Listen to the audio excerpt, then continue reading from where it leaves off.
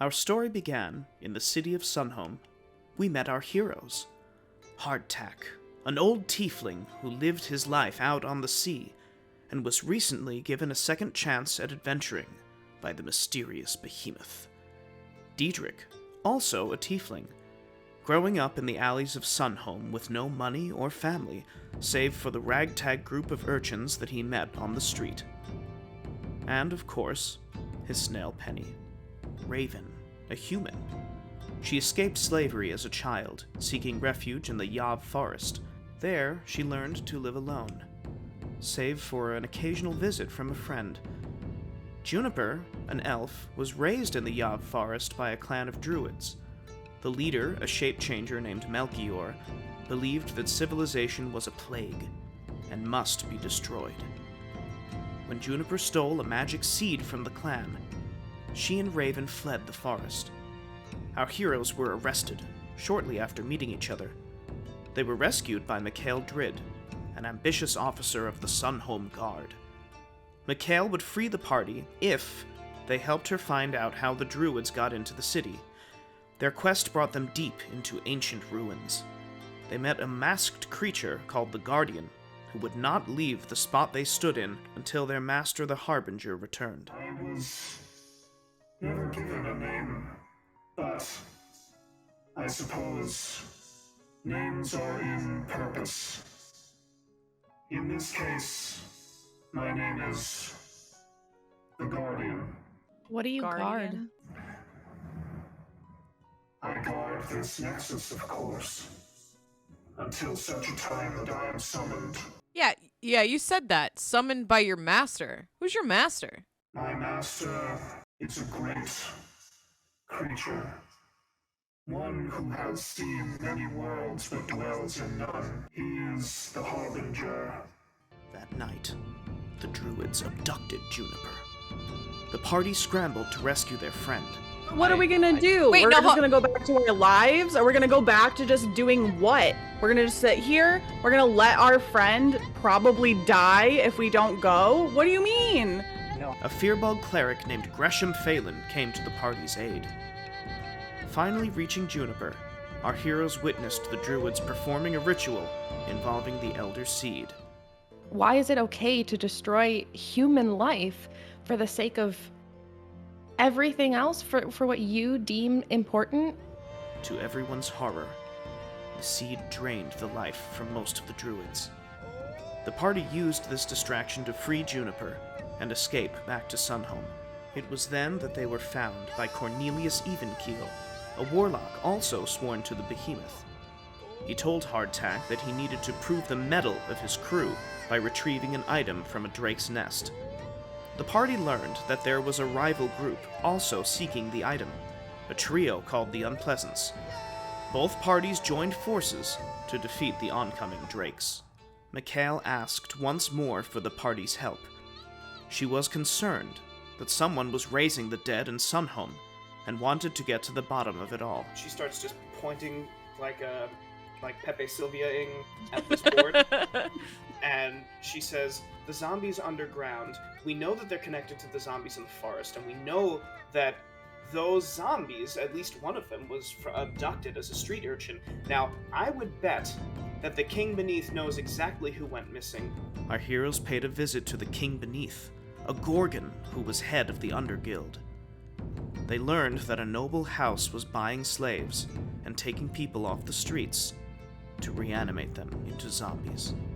Our heroes found the slavers in a warehouse full of people they had intended to sell, and Raven instantly recognized one of them as one of the two men that tried to buy her from her father. Raven's wolf killed that man. Wolf, very angry, growling, going berserk as our Tyler has already described.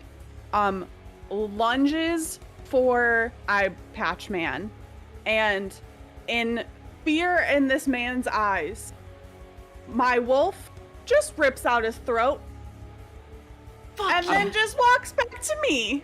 That's amazing. But Raven knew that his boss, the man that branded her, the Shadow Man, was out there somewhere.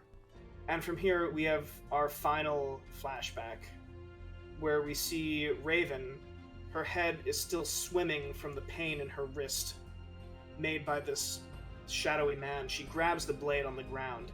It's still hot from the Shadow Man's spell. She whirls around, she slashes at the lieutenant, cutting out his eye. He screams and he falls to the floor. Raven drops the blade and runs into the forest, not thinking, not looking back. The Shadow Man snaps around just in time to watch Raven slip past the tree line, now out of his reach for good. For the first time, we see fire in his eyes. Very good, child! Very good! He picks up the fallen blade, watching his lieutenant writhe on the ground. He shouts into the distance, not caring if Raven can even hear him. Forward! Ever forward! You chose, child! You ain't never gonna be afraid again! No, not you. You gonna make people afraid. High and low, near and far, they'll dread you, they'll hate you, but you won't care. We'll see each other down the road. Maybe not for a long time, but when you're ready to come back, I'll be waiting right here to finish what you started. Season 2. The Unpleasants returned to hire our heroes for a quest, and, in their absence, 𝕾𝖊 was turned to stone. The door is kicked open, and 𝕾𝖊 stumbles in, collapsing to the floor. The 8 people look on in horror as the tips of 𝕾𝖊's fingers begin turning gray. She quickly begins unlatching her bag, hurriedly talking to one of the former prisoners, the little girl that Raven spoke to. You take this and you hide it! Don't show it to anyone but Raven, Hardtack, Juniper, or Diedrich, do you understand? She shoves the bag into the girl's arms. She begins to write a note on a scrap of paper, but her entire hand is turned to stone. She curses and grabs the little girl with her remaining hand, her breathing heavy. You tell them to find a cure later. The mission takes priority, and don't trust anyone. If I'm a target, then so are they. She releases the girl just as her other hand turns to stone. She slumps against her desk, sitting on the floor. As the stone creeps up her neck, she says, "They're on their own now." Through the notes that 𝕾𝖊 had left behind, our heroes concluded that their next stop was House Polarius. There they met Ludwig Polarius, a young noble that was ruling in his elderly father's place. The suspicious noble had 2 Sunhome guards in his pocket, and those guards were following our heroes all the way home. To shake their tail, our heroes sought refuge in the interplanar house of otherworldly procurements. While in this place between worlds, they met a strange, small fey creature. He called himself 𝕉𝖓, and he needed our heroes. In return for the party escorting 𝕉𝖓 out into the real world, 𝕉𝖓 would stick with them for 2 months, and would not allow harm to come to them or any innocents in that time. In return, the 𝕉𝖓 shall accompany the 4 on the sign until 2 months in material plane by the calendar used by Sunhome have passed. And whether by action or inaction shall no harm come to the undersigned or any innocent people of Bagels. He shakes her hand, Hardtack, and actually he rips his hand back for a second. And Hardtack, you shook him with your right hand, correct? Mm-hmm. Yes. Your hand is glowing with the insignia of your patron. The party was attacked by the guards in Ludwig's employ. After defeating them, they began to use questionable methods to gain information. Give us a reason to not do the same to you, 𝕾𝖊. He says, I can give you information. I can tell you everything. I can tell you all about Ludwig, all about Polarius, all about everything. I don't care. I don't care about him. I'm just on the payroll. He's just a walking coin purse to me. Well, I'll do anything.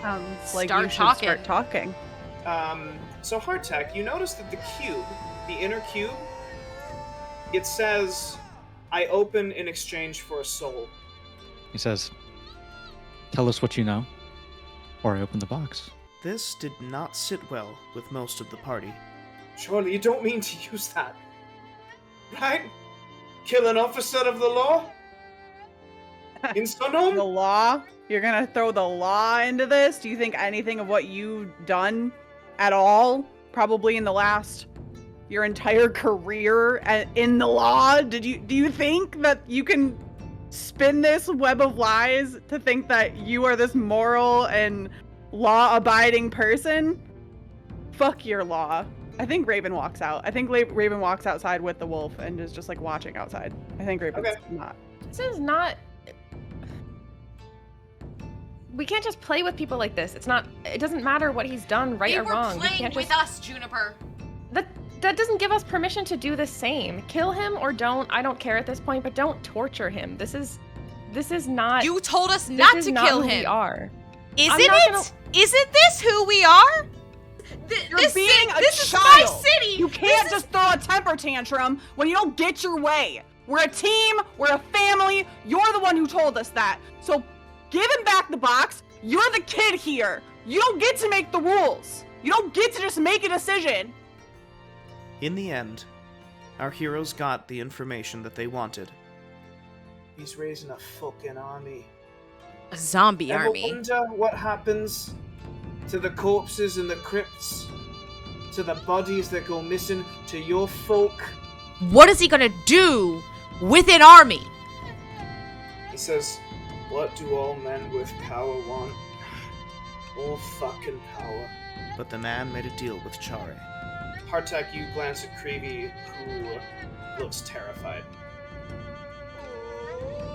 And he says to you, I'll go. I'll leave tonight.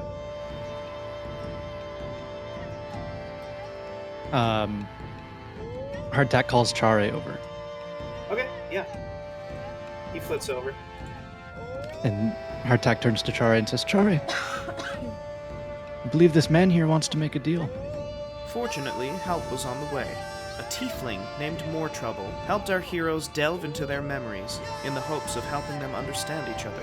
Have you ever had a moment where you just you feel like you're exactly where you're supposed to be?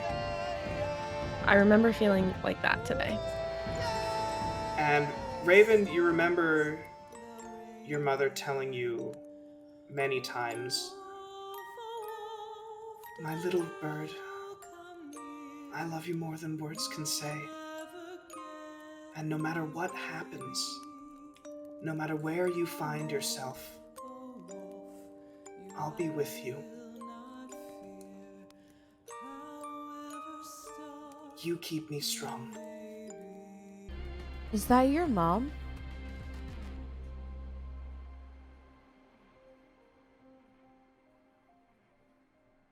Yeah. It was. She seems really, really nice. Yeah. She was. Dietrich tries to hold Raven's hand. I think she takes it and starts walking towards the door. Okay. That was the last crew I had. And I felt like I failed them. Especially giving them the confidence or promise that we'd be fine. But they say the sea is unpredictable, and it was a lesson learned. I can tell that you really care for these people. And it's not your fault that they're gone. Something strange happens that wasn't in the memory. Hardtack, you peer out into the water where the first mate was taken, and there are two large glowing red eyes that seem impossibly deep, but just as impossibly huge. The four of you notice it as well. Hardtack? What's happening? And you hear, all of you in your minds, Intruders! You dare trespass on a mind that does not belong to you. How did you do that? Hardtack is mine.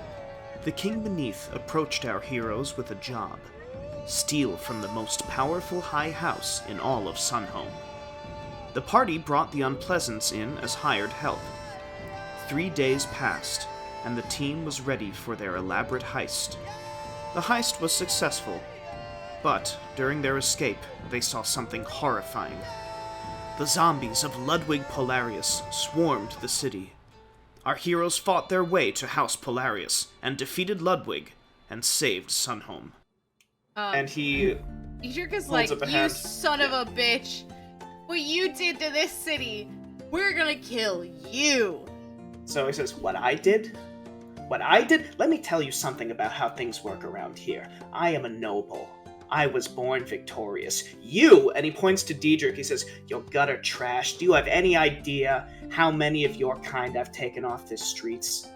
To purify this city, to make it good, to make it worthy of people like me. I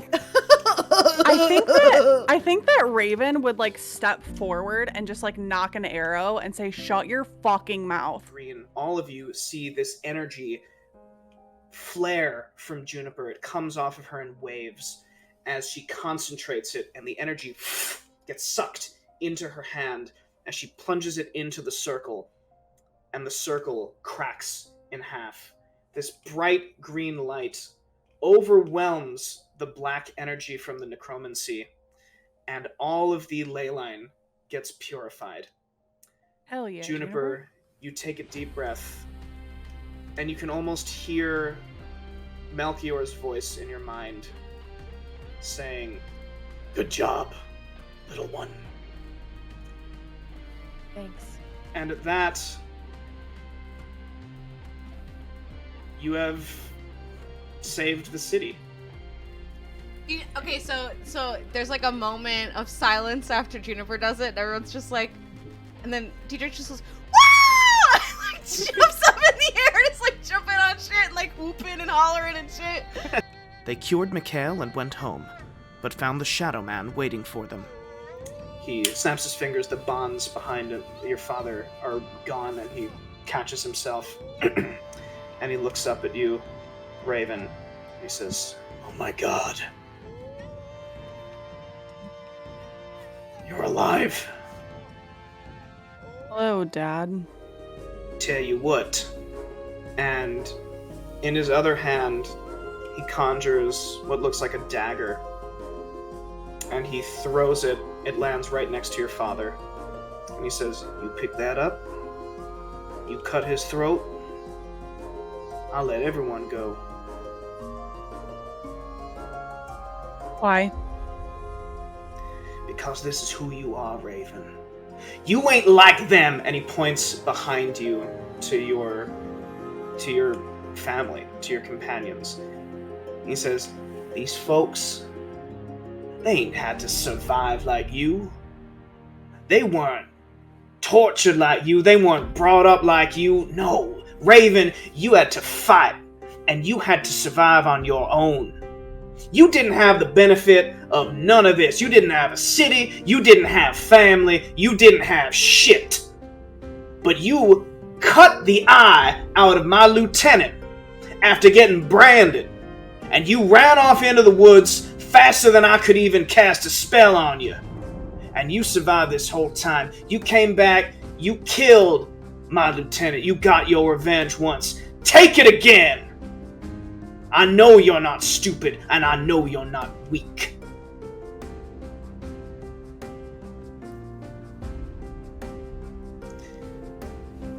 Can Juniper, I promise I'm not gonna.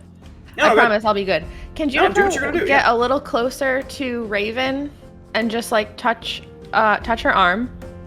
Is that cool with you, Raven? Okay. And Juniper looks over and says, "Hey, I stand with you no matter what you decide to do right now, but nobody else tells you who you are. Nobody else." The Shadow Man would have killed an innocent girl were it not for the combined efforts of the party and the Unpleasants. Actually, Mikhail steps out from behind Hardtack and looks at the Shadow Man. She says, "She already used the box, pal. Dietrich You took a says, soul." Dietrich says, "That soul that we took was long gone. That soul that we took consented. You don't have any power over Raven in order to what? Like, turn her into the dark side?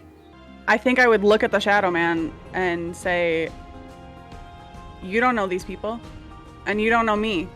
You want to pretend like you know me, you want to pretend like you know everything about me, but you only know one side, and you only know what I could have become.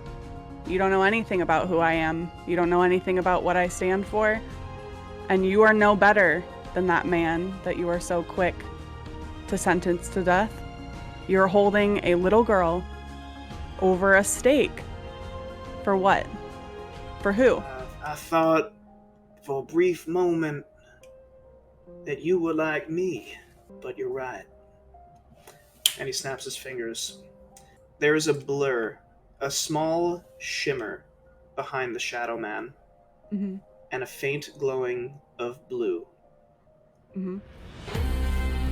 And fading just ever so slightly into existence, you can see Harkin all the way in the back, gesturing as though he's concentrating very intently on an invisibility spell. And as the Shadow Man is talking to you, he looks over to the girl, and he looks a little bit past the girl at a blank space that's next to her. And then he gives you a nod, and then he just... And as the Shadow Man snaps his fingers, the shadows, they unbind on the girl, and the girl begins to fall, but she is tackled out of the way by Lysander. Weeks later, Hardtack was given a vision by his patron. Locate the Temple of the Behemoth and be rewarded.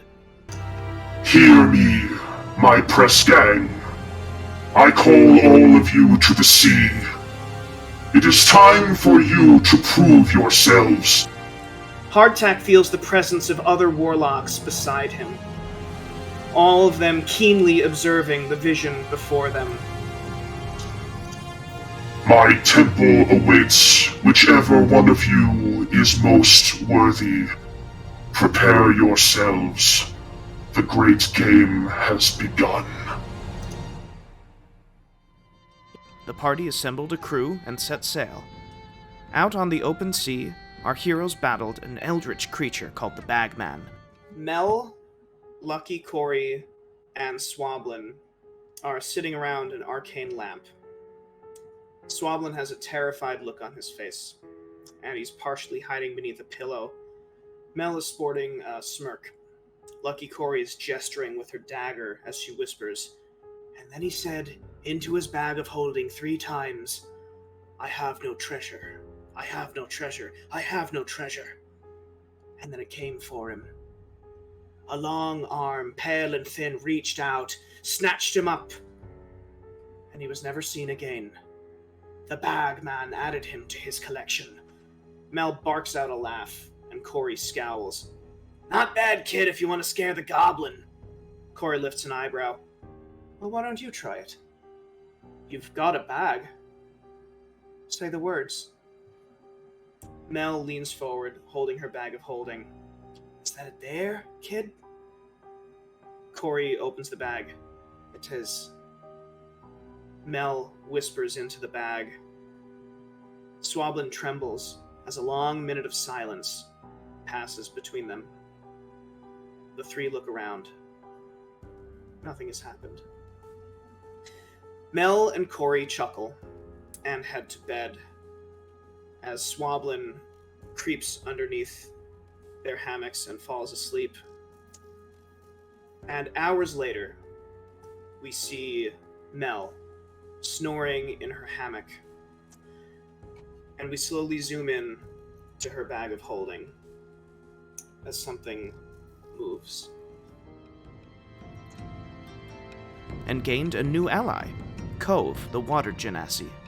Not long after, they found themselves on an island controlled by a group of pirates named the 5 Corsairs.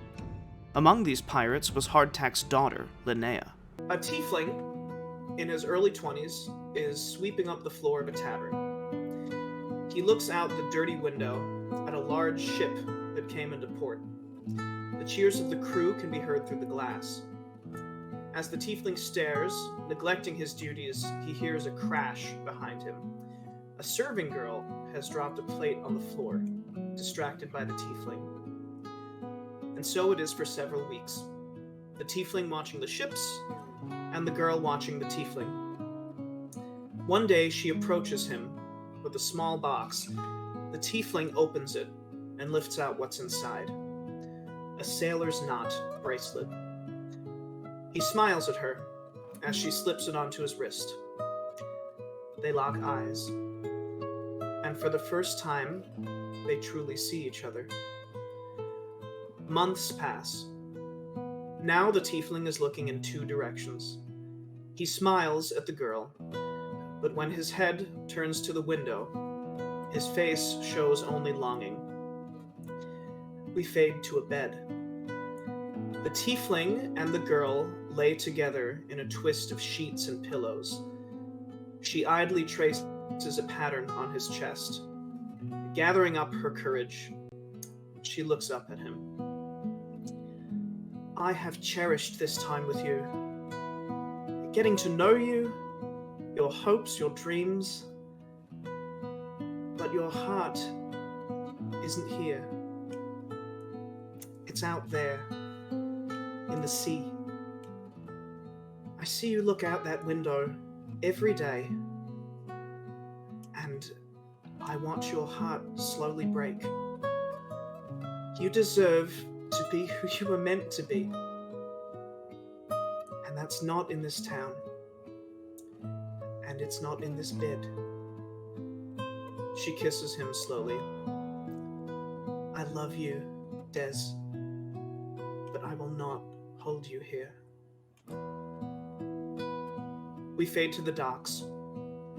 The tiefling heaves a bag over his shoulder and walks up a gangplank.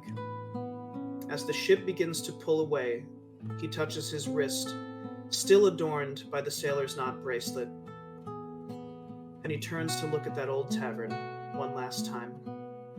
And through the window, the girl looks back. She joined our heroes, if a bit reluctantly. We can be on the same ship. I knew that you couldn't resist Call of the Sea, just like me. That's what Mum said. And now you're here. I can't believe it. 𝕾𝖊𝖆𝖊𝖘 found the party after they went on a shopping trip. He found the location of the island and wanted to help Freedom's Fury get there before the 5 Corsairs. You saved my city. You didn't just save me. You saved a lot of people, and I haven't really been able to repay that. But I can try. So, yes, I'm coming. Love you, Mom. Mikhail. She gives you a big hug, Diedrich, and she kind of pats the back of your head, and she takes the rest of you in like a small huddle, and you too, Cove, you're there, and she says, "We started this together. Let's finish it together." The plume of smoke can be seen from dozens of miles away. The ominous rumble can be felt even aboard the ship. The feeling of danger, of dread, permeates the entire crew. The boats begin to lower from the ship into the water. And you see that the beach is made of black sand. Raven eyes the tree line in the distance, her hand subconsciously moving to her longbow. She feels a hand on her back and turns. Juniper, with Chare flitting above her, sits down next to her, and gives her a reassuring look. They've had an interesting journey since the day that they left the forest, but they survived it together. Lullaby leans his weight on the two friends, and they look forward.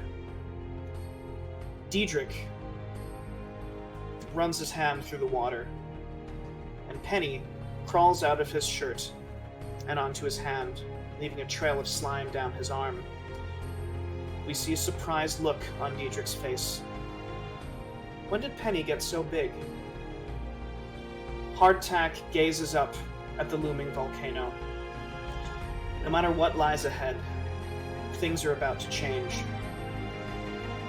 The Unpleasants all look at one another, preparing for an adventure, and another rumble shakes the ground, but this one feels different, rhythmic, like laughter. Our heroes race to the end of their quest, not knowing if they're going to make it out alive. Dun dun dun.